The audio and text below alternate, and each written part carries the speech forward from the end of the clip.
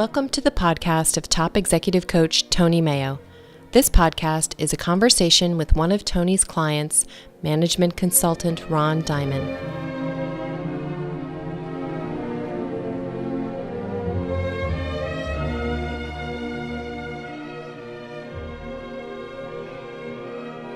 So last time, the general topics were having a script in life, relating to people as opposed to the task and the piece of paper running to the fax machine. We talked about reading business books, reading literature, using bridge, chess, and Excel to tickle the brain, how they manage things at Pixar and Silicon Valley companies was very flat, lots of feedback. And then the second episode, we talked about how to get people to have core hours using shared goal and straight conversation instead of enforcement and rules and punishments. Talked about Semco and team-based management. Toxic bosses is a topic you brought up, and that became our third episode. Told you about MCI and really how I came to be into this business. Talked a little bit about the brain. We should probably talk about more about the brain in the future and how useful it is when you notice you have a habit, a strategy that isn't working for you, is to just tell one on yourself. Tell other people that's what you do and give them permission to remind you. And then you react like Ganesha, go through the roof. Right. That's what we've talked about before. Okay. It's been a very busy, 36 hours for me. I thought I'd get a jump on the day, getting up a little early yesterday morning. The good thing about that was it gave me a chance to go out and have a long walk with the dog before it got too hot and humid. And I came back from that, had something to eat, showered. I had a teleconference where I remotely moderate every 2 weeks executive team meeting. That's always interesting, but it takes a high level of attention to do that. I went directly from there, got in my car, drove to a client where I trained some engineers, technical people on how to have better sales results with their clients so that everyone who's doing technical work can also be looking out for other needs, other options, really other ways to serve the client. That was sort of the key shift they had to make from, I'm not being trained on how to get something for the advantage of my employer. I'm trying to look for ways that we can help the client do what they want to do. Yeah. And that was much more in line with what they wanted to be accomplishing. Couldn't stay for lunch after that meeting, so I jumped in the car. I had a 2:00 coaching call with the owner of an internet business. Finished up with that, and then I thought, well, I've got some time now. I'm going to bring the car over for a little bit of maintenance because I've got a road trip coming up. While I'm waiting for the car to be vacuumed, I get a phone call from a client saying, aren't we on for 4:00 today? And I'm like, no. Oh, it's my mistake. Boyd gave me an option of 2 different times, and I never told him which one I wanted. I said, well, if you're available in 20 minutes, I'll be back at my desk. So I rushed back to my office. We had a coaching call, a really great call about a crucial point he's at in his decision between a lot of great options he's facing. But it ran long, an hour and a quarter, and that put me right up against my bridge lesson. And I thought, well, I've still got a little bit of time to get a snack before I get trained in bridge. And I get a phone call from a colonel in the Marine Corps. So I stood up. I don't know why. Never been in the military, but it seemed like the thing to do. And he had this wonderful opportunity available where the Marine Corps, as I suppose a lot of the military services do, have these outreach programs where they bring community leaders, business executives in and give them a one-day briefing and experience to what the Marine Corps does and, more to my interest, how they do it, what their organization and leadership is like.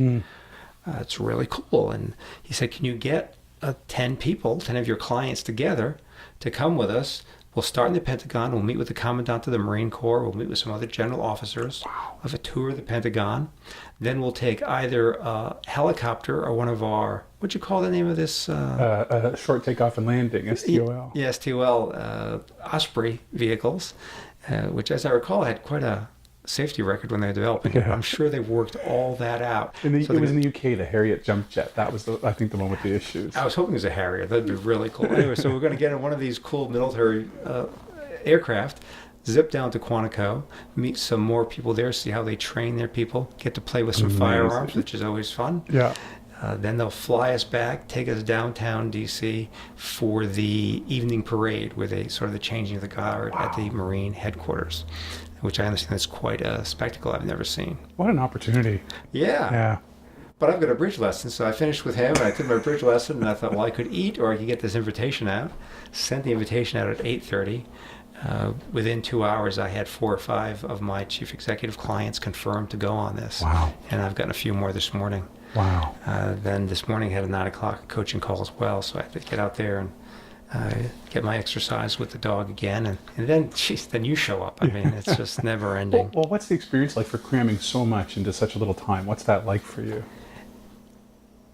How do you feel about that? Yeah, this time I felt great. Yeah. It felt I was fully utilized.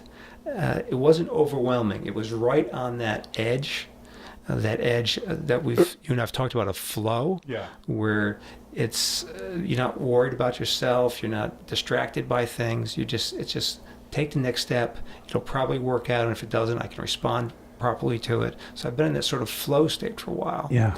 It does take something. It uses up some fuel. And it's not a state that you want to sustain permanently. You've got to have a recovery phase as well. I remember several times during the day, I thought, what I really want to do is just lie on the floor and meditate or breathe or something. And then the phone would ring or something else would pop up. Yeah. And I haven't had a good chance to do that yet.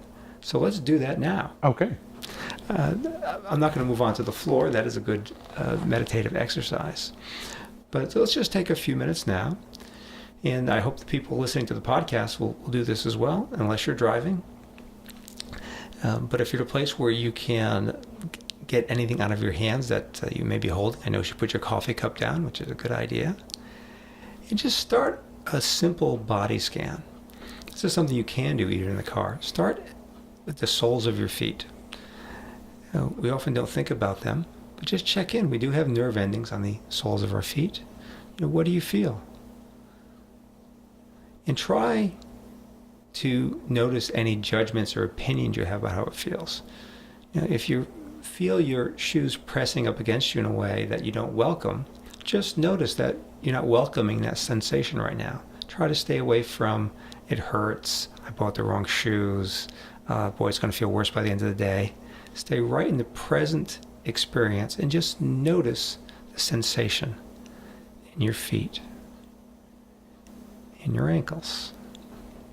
Anytime any other thought comes up beyond your current physical experience, just bring your attention back to your body. Nothing's wrong. This is what the brain does.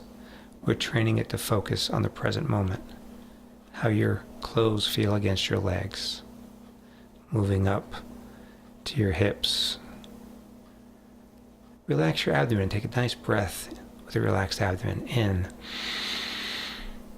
Out through the mouth. Oh, that felt good. Let's do that. Was that good? That felt good. Let's do that again. Relax the abs.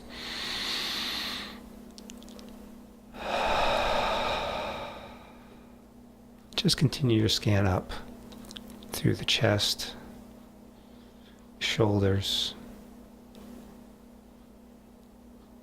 your arms, elbows.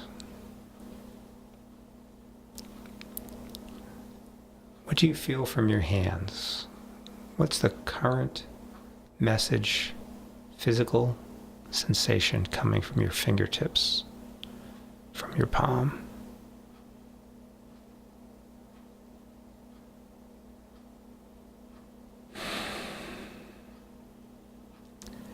Back up to your shoulders. See if there are any muscles that are working, which don't have to be. Perhaps you can just let them relax a bit.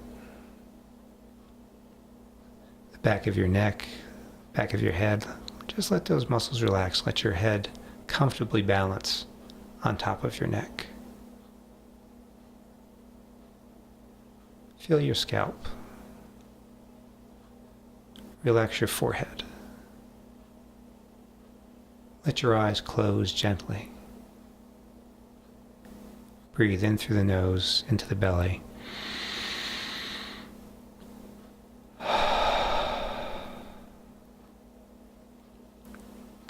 As you breathe in through the nose, just make some space in your mouth. Relax. Your tongue doesn't need to press up against your teeth. Your lips relaxed. Let's just take 3 gentle breaths.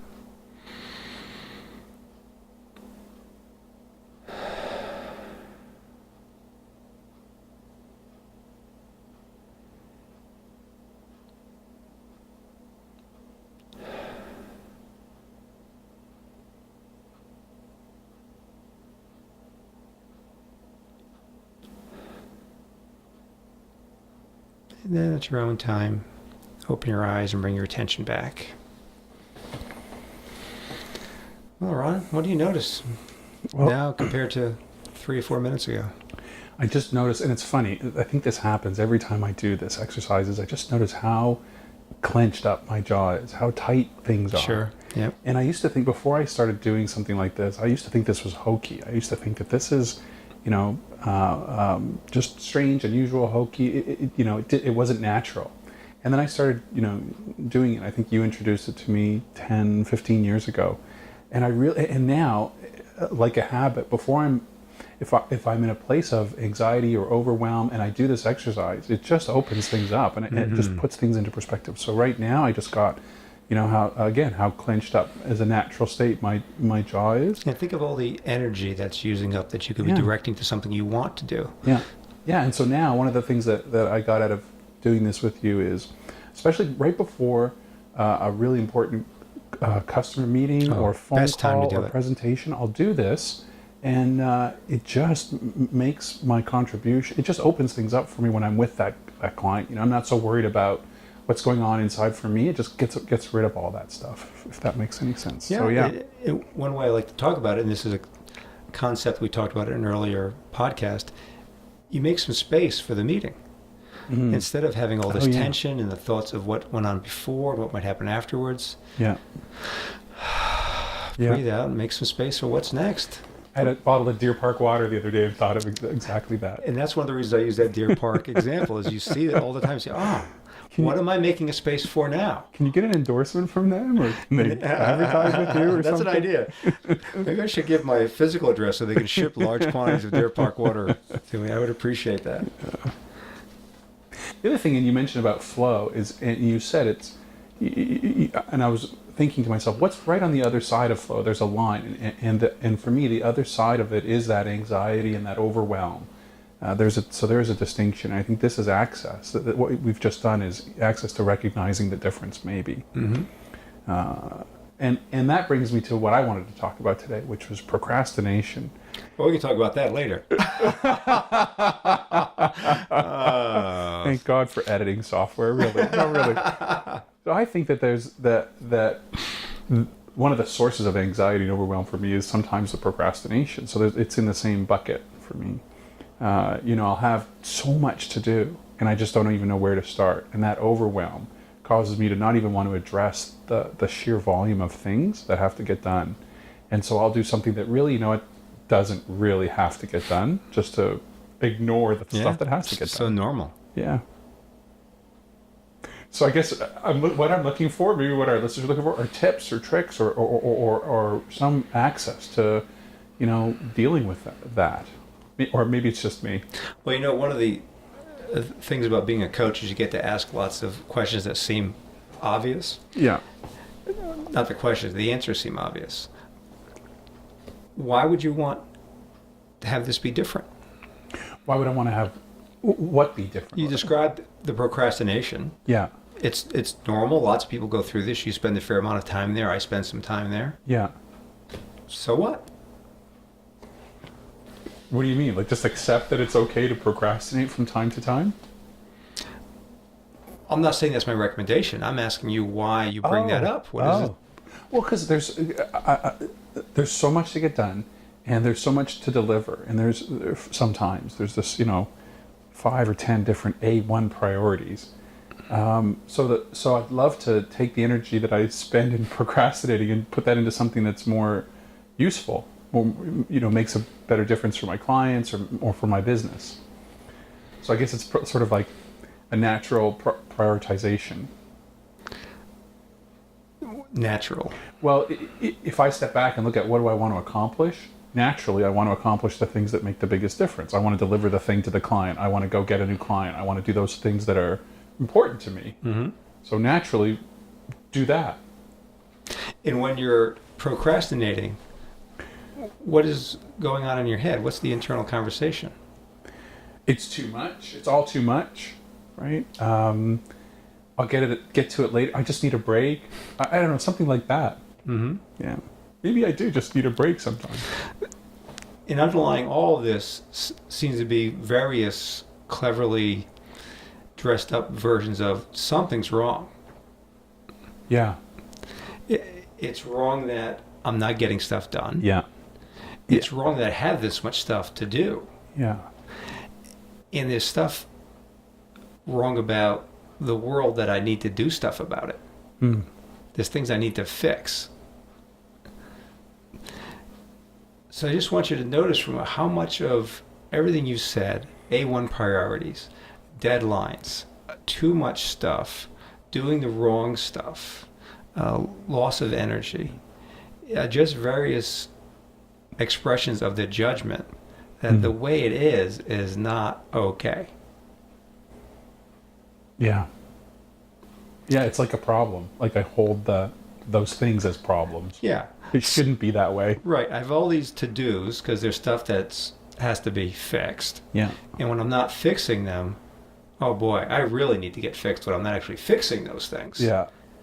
If only Tony, he's a great coach, if only he could fix the fact that I'm not fixed enough to go fix this stuff, then I'd be fixed. The dog has left the room. I said get fixed too many times. But that's a different context. Is this making any sense to you? Yeah, it does. I certainly have it should be a certain way. I definitely have a judgment about that. And that there's something wrong that I'm not, disciplined enough to tackle the A1s, boom, boom, boom, like that. Yeah, there's something wrong, and it's me. Yeah. Oh, for sure, yeah. Yeah. Now, you notice if you mentally, or for the listeners, physically roll back the tape when I was talking about the busy flow like 30 or 40 hours I've just completed. Yeah. I mentioned that it was a lot to do. It was on the edge of too much, which would have been a problem to fix, but it wasn't. I could handle it. It was stuff worth doing, and I was doing it. I was able to do it. It took a lot of focus and energy, but I could handle it. There was nothing wrong. I got a lot done. So it's a strange, I shouldn't say strange, because it's so common, happens so often. It's a hard to articulate distinction. But it seems like when we start working on something because it's wrong, it gets more wrong. But if we're working on something because that's what we do, it's natural, it's rewarding, it's enjoyable, it's within our capacity, then pleasant things happen. The process of doing it seems to be pretty pleasant, and the outcomes tend to be more welcome. Well, it's funny because that's what I forget. I mean, I'll finally jump into the thing that I really want to do, and I've already got it worked out that this is going to be too hard, it's going to take a long time, it's going to be confusing, and I jump into it and I love it, and it gets done quickly, and I'm satisfied with it when it's done. So I think what's missing for me is that reminder that my idea of it is different than it doing and accomplishing it. It's that one little sort of push. I think that I don't know if there's a technique around that or just doing it. No, well, just doing it is almost irrelevant. We fall into that trap a lot. I'm in a terrible mood. It shouldn't be this way. All this stuff is messed up. In fact, it's not even my fault, but I've got to deal with it. But I'm a good guy. I'm disciplined. Discipline. I think of somebody with a whip, discipline. I need more discipline. Well, there's a lot of people who in the yellow pages that do dominance and discipline. Call them up if you think that's what you need. Right. I don't think that's what you need. Yeah. These are all things that are kind of unwelcome. And even when you bear down and whatever word you want to use and start plowing through a lot of to-dos, it often doesn't feel that good either. It's just more stuff to do. All you did was not fail. Even when you bear down and complete these tasks that are fixing what's wrong, all you did was not fail. Because if you didn't do them, you were failing, right? So by doing them, you're not failing. Whoopee. Yeah. Whoopee. Yeah. I got to not die today. Yeah. How about living? Yeah. Yesterday I felt like I was living. I think that came across from the way I described it. Yeah. So where is that difference between not failing and living and succeeding? Where does where does that exist? Well, I think for me, it has something to do with my commitments to especially to people and clients and to my business. If I can make a difference for a customer or into the business, that's interesting to me, and that calls me. And what is the existence of those commitments? It's in my just saying them and declaring them and speaking them. That's the only place, right? Mm-hmm. Now, there'll be some tangible outcomes from those commitments, but the commitment itself is the language you use, right? Yeah, yeah. All the things we've been talking about are in the language. I mean, some people can be perfectly happy and fulfilled doing manual labor, cleaning out garbage cans, cutting grass. Other people, oh my life is a mess. I'm cleaning out garbage cans. I'm doing manual labor. This is terrible. Yeah. To the third-party observer, they look like the same activity, but it's how the person's speaking about it, sometimes out loud, but even all the time in your head. That little voice. Does everybody know about that voice that's always talking in your head? And if you're thinking, well, what voice is he talking about? That's the voice. Sometimes I call it the what voice. You know, that voice is always talking, and it's in that language, in our internal conversation, from the what voice, or in how we speak to each other about what we're doing. That's the entirety. I want you to get this. This is not a symptom or a byproduct of. This is the entirety of whether it's a flow, life-enhancing experience, or a drag and a problem and something to get fixed. It's all how we talk about it. So is access to the shift from it's a problem to it's an opportunity, just saying that? Something literally like that? Yeah, again, this is where it gets slippery to talk about, because I'm not saying do affirmations or positive. Right. I have no regard for affirmations and trying to reprogram your head this way. Yeah. In fact, there is a book written by Tofu Roshi. It's a comic Zen book. And the only thing I remember about it is he suggests, as a discipline, each morning that you jump out of bed, stand in front of the mirror naked, confront yourself, and say with feeling 3 times, every day, in every way, I'm becoming less attached to self-improvement.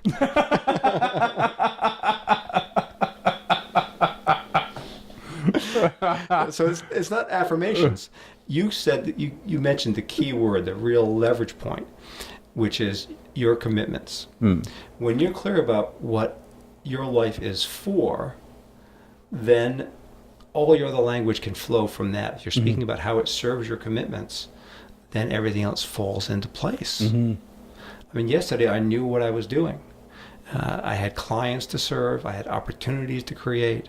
And I was coaching people. I mean, I love coaching people. In fact, I decided that I'm, by a pretty firm definition, addicted to coaching.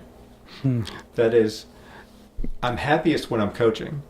And when I'm not coaching, my life's all about getting another chance to coach. So, just like a junkie, you're either high or you're trying to get some junk. You know, I'm either coaching or looking for a chance to coach. And that's mostly what I was doing yesterday. I was either coaching or looking for a chance to coach. And so these weren't obstacles, they weren't intrusions. This was what I'm up to. It was my life. That's why I felt alive. I've defined my life as this. The activities I was carrying out, I directly related in my internal conversation, in my external conversation, to what I'm committed to. So I had the experience of being alive and engaged. Could have been doing the same stuff. You know, plenty of things were uncomfortable and unpleasant yesterday, but the weather was hot. The schedule was tight. Things changed. Stuff came out of left field. Equipment broke down. Those are all things that could turn it into a day that sucks. There's something to fix. So I'm not saying this to say I'm some kind of transcendent being. I mean, you know as well as anyone that I get stuck in it, and I know, get into what's wrong and try to fix it as well. I'm just using this as an example. Clarity of what we're committed to and how we speak about it that makes a difference of whether the day is worth having or just something you're surviving.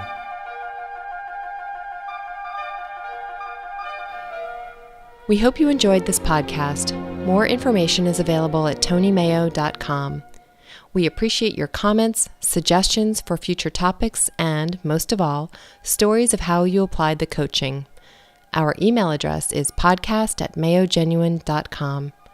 This podcast is the property of top executive coach Tony Mayo, copyright 2011.